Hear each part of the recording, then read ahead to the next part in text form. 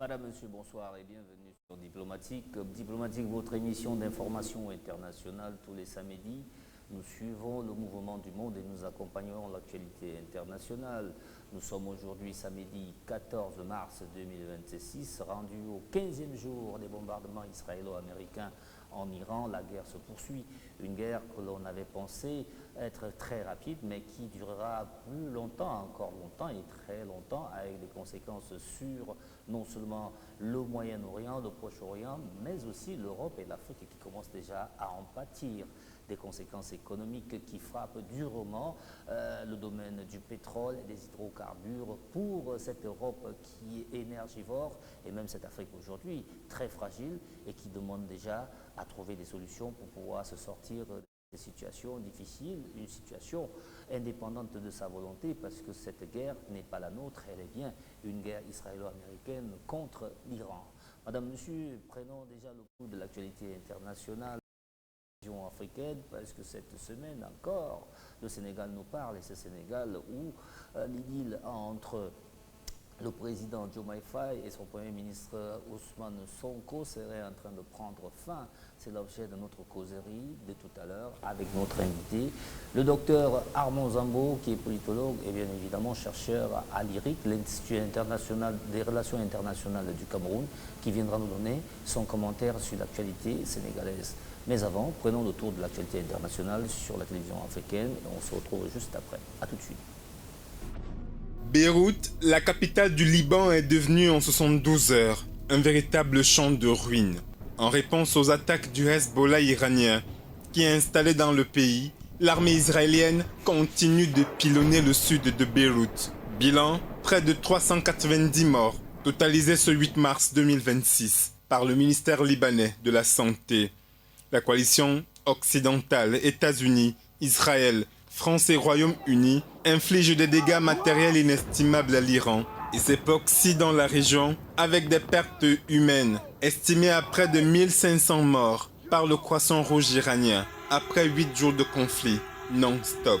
Donald Trump, qui exclut désormais l'option d'envoyer des soldats américains sur le front, entend collaborer avec les milices kurdes irakiennes pour aider le peuple iranien à déloger le régime des mollahs, tout en félicitant le bilan positif de l'opération Epic Fury. Quelle note vous donneriez? J'ai répondu que je donnerais entre 12 et 15. Leur armée n'est plus là, leur marine n'est plus là, leur communication n'est plus là, et leurs dirigeants ne sont plus là. Du côté iranien, un nouveau guide suprême a été élu ce dimanche. En attendant sa présentation officielle, le combat continue. Les bombardements des gardiens de la révolution ont déjà fait des dizaines de morts dans les villes israéliennes. Mais surtout, autour du Moyen-Orient, les Émirats arabes unis, la Syrie, le Koweït, le Qatar, Oman et Bahreïn, des pays musulmans, victimes collatérales à qui le président Massoud Pezeshkian a présenté ses sincères excuses en pleine période du jeûne du mois de Ramadan. Je présente mes excuses à nos pays voisins qui ont été touchés par les actions de l'Iran. Nous n'avions pas l'intention d'attaquer ces territoires, comme je l'ai dit à plusieurs reprises, ce sont nos frères. Nous sommes aux côtés de ceux que nous aimons dans la région. Nous devons rester solidaires et établir la paix et la tranquillité. La décision a été communiquée aux forces armées. Nous leur avons intimé l'ordre de ne plus tirer de missiles, sauf bien sûr en cas d'attaque de leur part. Implication de l'intelligence artificielle dans le conflit, blocage du détroit d'Ormuz, qui commence à asphyxier la disponibilité des hydrocarbures dans certains pays d'Europe et du Moyen-Orient, des alliances et positionnements stratégiques et diplomatiques qui se poursuivent. Pour cette deuxième semaine de conflit qui démarre, l'enjeu de la coalition occidentale est désormais de cibler individuellement les dirigeants du régime iranien pour déstabiliser l'ensemble de l'establishment des mollahs et inciter une révolution populaire, une stratégie que l'Iran continue de contrecarrer. Alors qu'on est rendu au 12e jour de la guerre en Iran, le géant nigérien, comme l'ensemble des pays du monde, subit déjà des soubresauts économiques de cette guerre sur le plan de la distribution des hydrocarbures. Le prix de l'essence est monté en flèche, passant de 800 naira à 1050 naira, soit une hausse de 20%. Premier pays producteur d'or noir du continent, et pourtant pas à l'abri de la conjoncture actuelle. La population est inquiète car cette hausse du litre d'essence a déjà des répercussions dans le domaine du transport routier. Les autorités tardent à prendre la mesure de la chose, assure-t-on à Lagos, la grande métropole de 20 millions d'habitants est très énergivore en matière de carburant. Une aubaine pour la raffinerie Dangote, la plus grande d'Afrique, qui s'est engagée lundi à privilégier l'approvisionnement du marché local pour éviter une aggravation de la pénurie sur place alors que les coûts du baril sont passés au-delà de $100. La raffinerie Dangote étant capable de fournir 1,5 milliard de litres par mois dans le pays. Pour l'instant, tant que la raffinerie Dangote continuera d'avoir accès au brut nigérian avec le soutien du gouvernement et de la NNPC, même à des prix alignés sur les cours internationaux, nous continuerons à raffiner ce pétrole et à approvisionner en priorité le marché intérieur. Et c'est déjà le cas. L'économie nigériane bénéficie actuellement d'un approvisionnement ininterrompu pour tous ses besoins en carburant raffiné. Chez Dangote, malgré les soubresauts, l'on assure que le pays continuera de bénéficier d'un approvisionnement stable et allégé avec le soutien du gouvernement et la Société nationale de production des hydrocarbures. Priorité restera donc au pays, nonobstant l'envolée des cours internationaux. Entre-temps, les populations s'affolent et restent inquiètes face à cette envolée du prix du litre d'essence à la pompe. Mamadi est à son clan. Seule la résistance nous permettra de recouvrer nos libertés individuelles et collectives, nos droits confisqués. Depuis son exil en Côte d'Ivoire, l'opposant guinéen Cellou Dalein Diallo a vivement dénoncé la décision des autorités de dissoudre tous les partis politiques, y compris le sien, l'Union des forces démocratiques de Guinée. Selon lui, cette mesure constitue une grave atteinte au pluralisme politique et aux libertés démocratiques en Guinée-Conakry. Un point de vue partagé par plusieurs leaders de la société civile.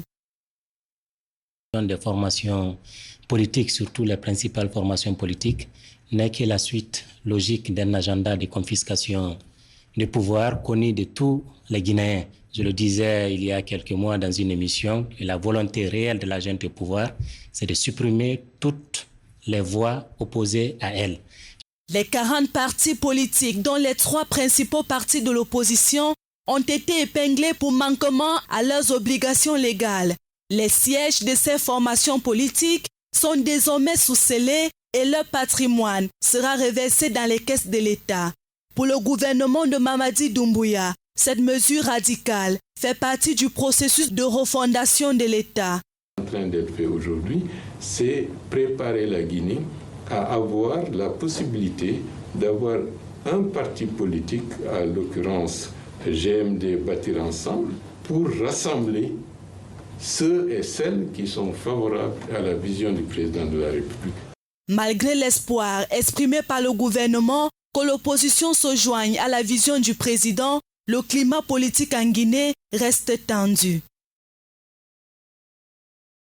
Comme dans la première République au Sénégal, les dissensions Sonko-Diomaye Faye nous rappellent la difficile cohabitation entre le premier président Léopold Sédar Senghor et son premier ministre de l'époque Mamadou Dia. Un président intellectuel conservateur, mais ouvert à la communauté française contre un premier ministre souverainiste, doté d'une forte personnalité et qui a fini par avoir raison de cet exécutif fraîchement libéré du colonialisme de la France. Les deux alliés d'alors finiront par se diviser au terme d'un malentendu politique constaté. 60 ans plus tard, l'histoire se répéterait-elle avec Ousmane Sonko et son partenaire politique Diomaye Faye? Rien n'est moins sûr. Le Premier ministre reprocherait au président le non-respect des accords signés entre les deux hommes, non sans manifester son mécontentement dans certains dossiers dans la gouvernance actuelle.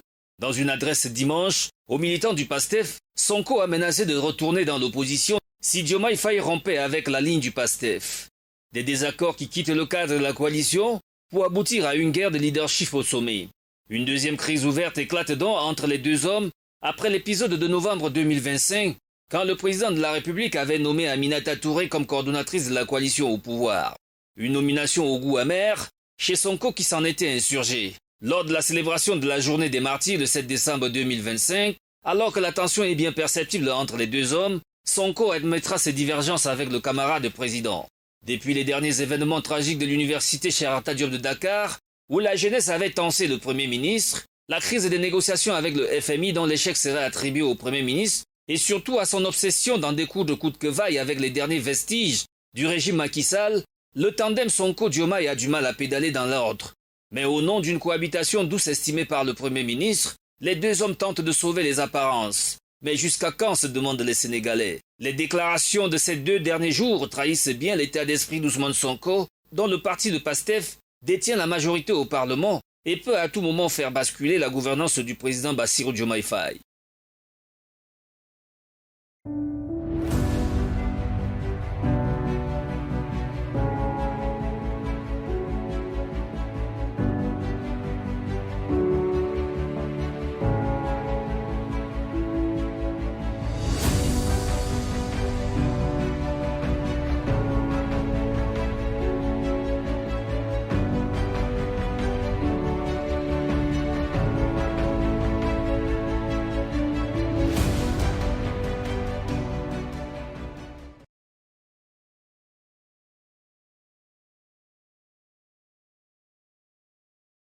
De sauver les apparences pour garder ce qu'il devrait encore être et sauver ce qu'il devrait encore être.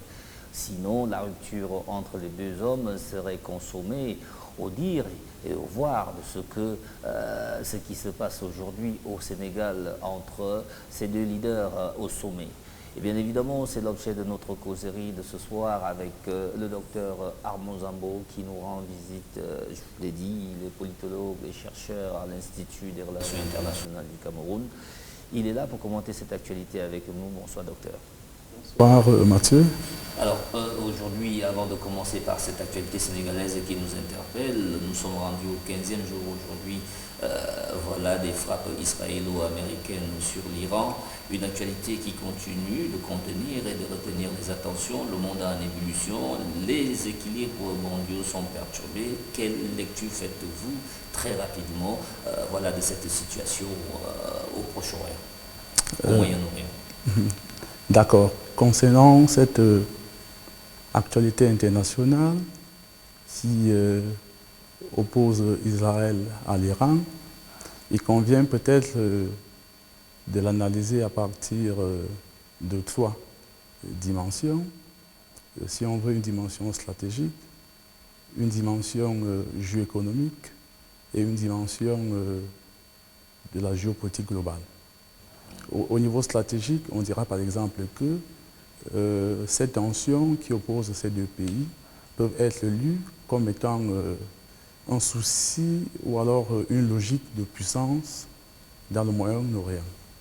Autrement dit, il se pose bien entendu un problème de leadership en termes de puissance au niveau du Moyen-Orient. Qui d'Israël ou d'Iran doit en principe avoir le leadership dans cette partie du monde?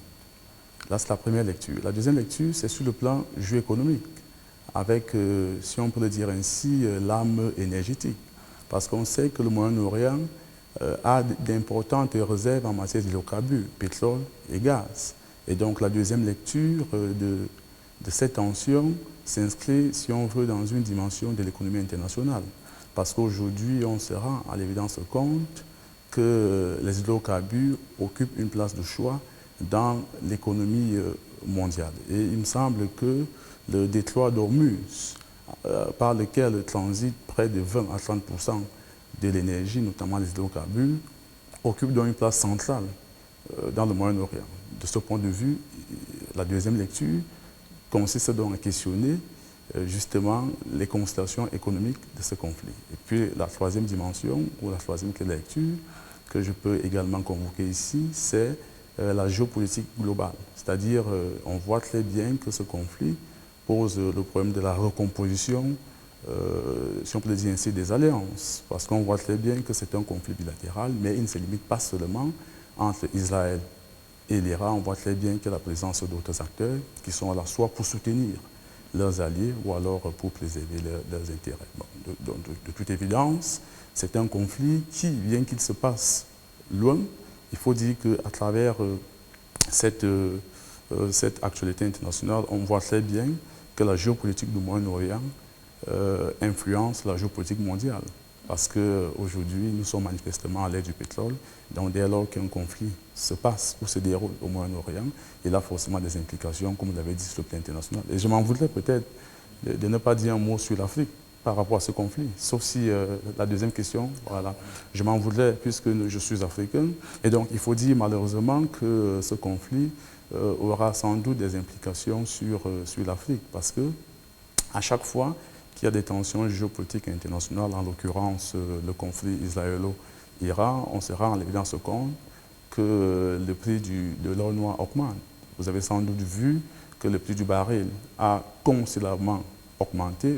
On parle aujourd'hui de $100, le prix de l'or noir. Or, on sait d'ordinaire que la plupart des pays africains sont importateurs des produits pétroliers. Donc, on ne le souhaite pas, mais en guise de conséquence, il est possible, dans les prochains jours, peut-être qu'il y ait une hausse des prix à la pompe. Mais il faut également dire que c'est un pays africain producteur de pétrole. Cette guerre peut être bénéfique à ces États, notamment l'Algérie, le Nigeria, l'Angola, qui sont les principaux producteurs de pétrole en Afrique et qui exportent une part importante de leurs hydrocarbures. Et donc, l'augmentation du prix des barils peut donc permettre à ces pays de, j'ai envie de dire, renforcer leurs recettes fiscales.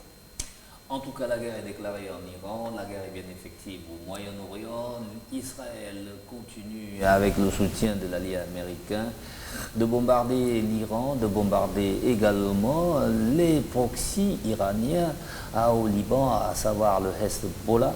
Et cette semaine encore, on a assisté à des dégâts énormes auprès des alliés américains au niveau du Moyen-Orient, que ce soit Bahreïn, que ce soit Oman, que ce soit Abu Dhabi et tous les Émirats arabes unis, le Qatar et bien évidemment l'Arabie saoudite. Les bombardements n'en finissent pas. La guerre est déclarée. On espère tout simplement que cette guerre-là n'aboutira pas à une scission justement du monde aujourd'hui. On parle de côté des méchants, c'est-à-dire les pseudo-démocrates, et d'un autre côté, d'un côté les démocrates et de l'autre côté, voilà, les méchants qui sont tout simplement mis dans un axe qu'on a appelé l'axe du mal. Et justement, quand on arrive au Sénégal, docteur, on a l'impression aujourd'hui que le Sénégal est un tout petit peu la parodie de ce qui se passe au Moyen-Orient, avec d'un côté, voilà, un président, Diomaye Faye, qui est modéré, pondéré, démocrate, et voilà, qui pense qu'aujourd'hui le Sénégal devrait faire ce qu'il devrait pouvoir faire, à savoir le régime qu'il dirige. On a un Premier ministre souverainiste, Vattenguer, aujourd'hui, qui pense que cette place de président de la République lui est dévolue. Finalement, ça ne marche plus. Qu'est-ce qu'on doit dire à ce sujet? Alors, il me semble peut-être important, avant de répondre à votre question, d'essayer de planter les décors pour nos téléspectateurs, pour savoir à partir de quand l'alliance entre les deux a commencé. Il faut dire qu'en 2024, lorsque l'actuel Premier ministre, Ousmane Sonko, s'est rendu compte qu'il ne pouvait plus se présenter à la présidentielle 2024 dans le cadre de l'élection présidentielle. Donc, il lui a semblé important justement de mettre à contribution son secrétaire général d'alors, du PASTEF, c'est-à-dire du Parti des Patriotes, qui est Diomaye Bassirou Faye. Et donc, c'est dans ce contexte politique, j'ai envie de dire précis, que cette alliance est née. Mais aujourd'hui, malheureusement, on se rend à l'évidence compte que cette alliance est confrontée à de nombreux défis. Mais il faut dire qu'en réalité, la politique n'est pas une donnée dynamique. Donc ce qu'on observe là, à la vérité, n'est pas une génération spontanée. À l'entame de votre émission, vous l'avez très bien signifié, qu'au lendemain des indépendances, il y a également eu une telle rupture entre le président Léopold Sédar Senghor et son Premier ministre, Mamadou Dia, et il en est de même au Burkina Faso, entre Thomas Sankara et Blaise Compaoré. Il en est de même en RDC, entre Lumumba et Mobutu, et récemment encore en Côte d'Ivoire, entre Laurent Gbagbo et Guillaume Soro. Il faut dire que très souvent, les révolutions ou alors l'opposition a toujours tendance à unir des individus, c'est-à-dire des individus qui sont habités par une même vision, par un même objectif, très souvent décident de se mettre ensemble pour conquérir le pouvoir. J'en viens pour conquérir le pouvoir. Oui. En accompagnant ce que vous dites, docteur Zambo, voilà, il y a une décision de justice qui a mis hors jeu, s'il faudrait le dire comme ça sur la touche, le Premier ministre Sonko qui était parti pour représenter la coalition du PASTEF, la coalition au pouvoir aujourd'hui et membre du PASTEF. Mais est-ce que ça lui donne aujourd'hui, un an plus tard, alors que lui-même aura décidé que son dauphin fut Diomaye Faye, ça lui donne le droit aujourd'hui de revendiquer ce qui est de facto consommé? Que non, ça ne lui donne peut-être pas le droit de revendiquer de facto ce qui est consommé, mais il faut dire que vous savez, la politique, il y a des accords. Donc forcément, les deux protagonistes ont dû signer un accord, puisque c'est Ousmane Sonko qui porte Faye à la présidence. Mais maintenant, comme je l'ai dit, il faut savoir que ce qui unit davantage les opposants les divise une fois qu'ils arrivent au pouvoir. Et ça permet de mettre en évidence la complexité dont parlait Edgar Morin, c'est-à-dire les trois I, c'est-à-dire l'incertain, l'inattendu et l'imprévisible. Et donc, si on part sur cette base, on va dire le divorce qu'on observe entre les deux ne peut surprendre que les néophytes, puisque en réalité, le pouvoir a ceci de particulier, que le pouvoir transforme les individus. En tout cas, on a coutume de dire que le pouvoir rend fou. C'est une expression que j'emprunte à Michel Foucault. Et donc, de ce point de vue, lorsqu'on arrive au pouvoir, forcément, on est habité par un autre agenda qui n'est plus forcément celui j'ai envie de dire, de notre mentor politique, si on peut le dire ainsi. Or, aujourd'hui, vous l'avez très bien dit, que les deux protagonistes n'ont pas forcément le même tempérament. Il y a un qui est, on ne peut plus modéré, pondéré, voilà, et l'autre qui est beaucoup plus va-t-en-guerre et que tout. Mais la vérité est que le Premier ministre Ousmane Sonko, pour ne pas le nommer, il a le sentiment, en fait, ce qui se passe en réalité au Sénégal pose le problème de ce que les politologues appellent une diade de pouvoir, une diachie de pouvoir, ou alors une dualité, si on peut le dire ainsi, de légitimité. Est-ce qu'il n'y a pas un ego démesuré de la part du Premier ministre? Il y a un ego démesuré, c'est la raison pour laquelle... Même les usages protocolaires voilà, de la gouvernance aujourd'hui sont foulés aux pieds par ces derniers. Un an seulement de consommation, voilà, du régime, du nouveau régime. Oui, justement, c'est pourquoi, Mathieu, je dis que ça pose un problème de dualité de légitimité au Sénégal en ce moment, parce qu'on voit très bien que celui qui a la légitimité politique ou la légitimité de son parti, ce n'est pas lui qui préside aux destinées du pays, c'est-à-dire ce n'est pas lui qui a la légitimité constitutionnelle. Et de ce point de vue, ça pose donc un problème de cohabitation. Parce que vous voyez très bien que celui qui a le leadership constitutionnel, c'est le président, et celui qui a le leadership populaire, ou si on peut le dire ainsi, du parti, c'est Ousmane Sonko. Et donc, Ousmane Sonko a le sentiment qu'en réalité, c'est lui qui incarne le leadership charismatique, c'est lui qui, si on peut le dire ainsi, est aimé par le peuple sénégalais. Et donc, il a le sentiment qu'en réalité, lui, en tant que Premier ministre, il doit pouvoir dicter une conduite à tenir au président de la République, ce qui en réalité est un impair, puisque nous ne sommes pas en Chine où le parti au-dessus de l'État. Donc, le président de la République est le chef de l'État et le Premier ministre est le chef du gouvernement. Donc, malheureusement, ça pose un problème de cohabitation au sein du pouvoir exécutif.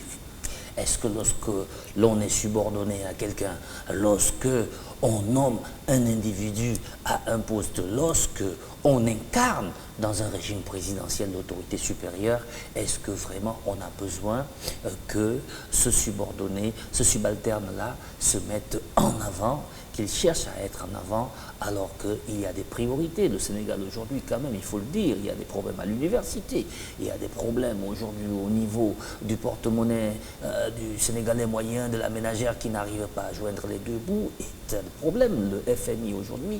Est-ce qu'on n'a pas l'impression que le Premier ministre, qui peut-être aujourd'hui impulse la politique de ce régime qui est arrivé, sous, bien évidemment, les ordres du président de la République, en fait un peu trop? Je préfère ne pas utiliser votre expression en fait un peu trop.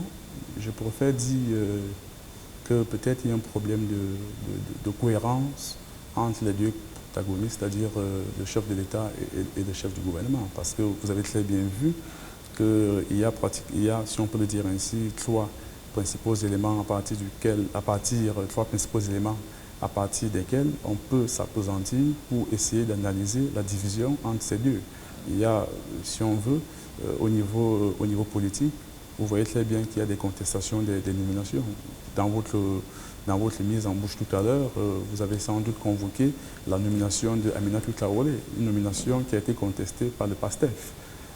Là c'est le premier point de discorde. Et également, le deuxième point de discorde, le deuxième critère, c'est, si on veut, au niveau du leadership politique. Parce qu'il faut dire, Mathieu, que les deux préparent déjà l'élection du 29.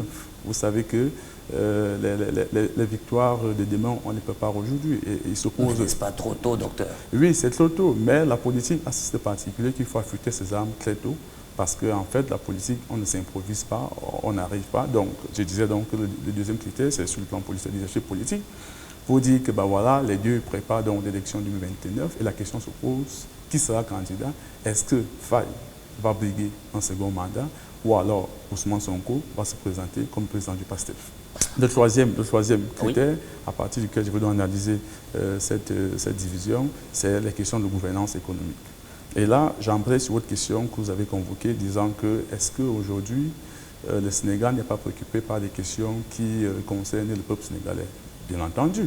C'est la raison pour laquelle il me semble que le Premier ministre Ousmane Sonko est en train de questionner la gouvernance économique avec l'audit sur la dette publique, avec la renégociation des contrats pétroliers gaziers. Peut-être, je vais dire un mot là-dessus, parce que c'est un sujet qui m'intéresse particulièrement. Vous savez, Mathieu, que les hydrocarbures dans le monde entier sont un secteur à fort rendement capitalistique. Ça veut dire que lorsqu'on parle des hydrocarbures, il y a beaucoup d'argent.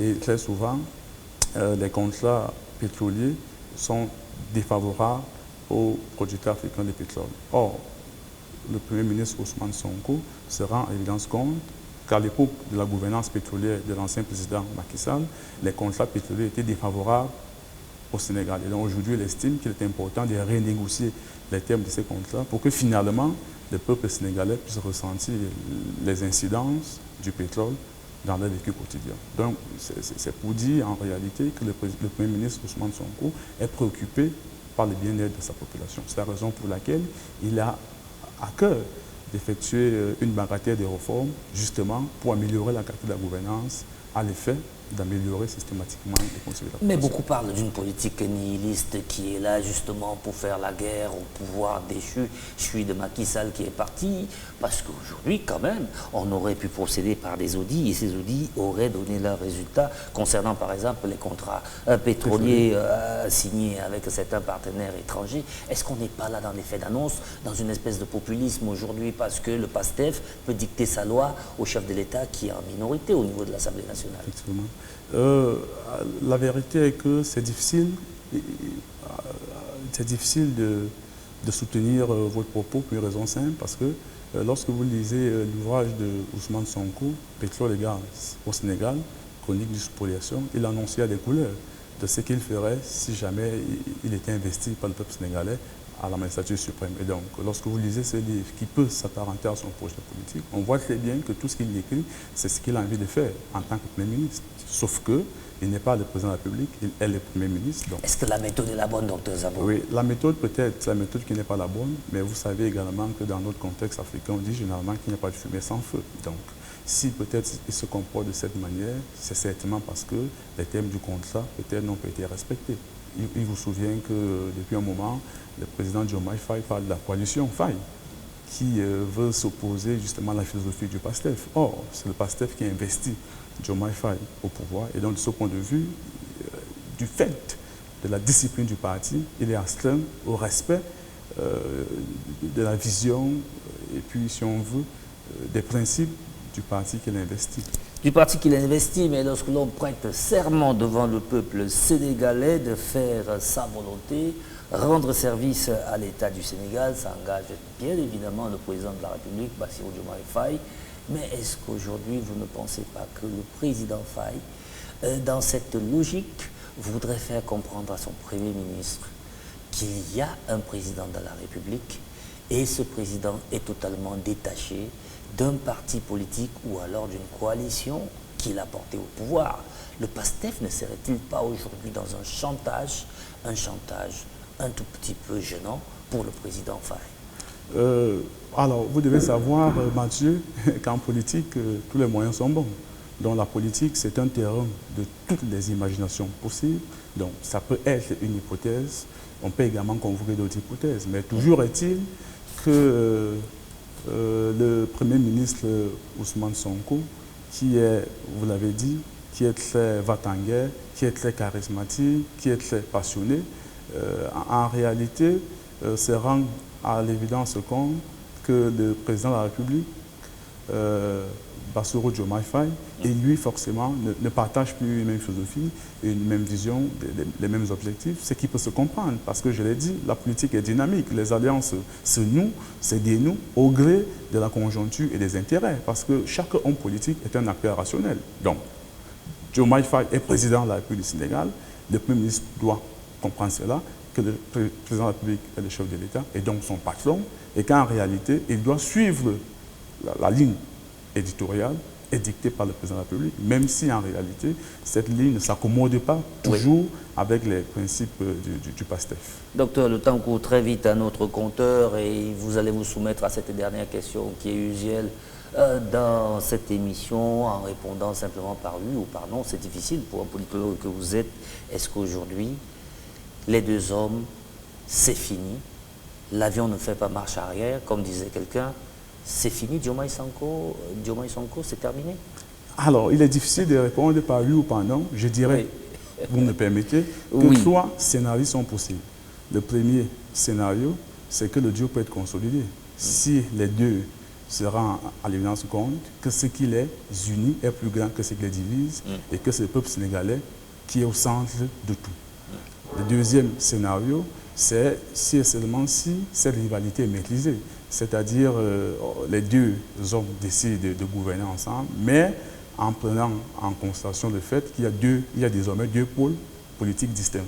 D'un côté, Diomaye Faye avec sa coalition, et de l'autre côté, le Premier ministre Ousmane Sonko avec son PASTEF. Et le troisième scénario, c'est éventuellement la rupture, pour dire que les deux hommes peuvent finalement, le divorce peut finalement être consommé, et auquel cas, on parlera d'une recomposition politique au sein du Sénégal qui pourra donc faire entrer en jeu les anciennes forces. En tout cas, c'est ce que nous dit justement par ce SMS que nous envoie M. Tabet, voilà, qui nous dit qu'aujourd'hui, un retour en arrière est difficile et que pour que Diomaye Faye respecte les engagements pris avec le peuple sénégalais, il faut rompre définitivement.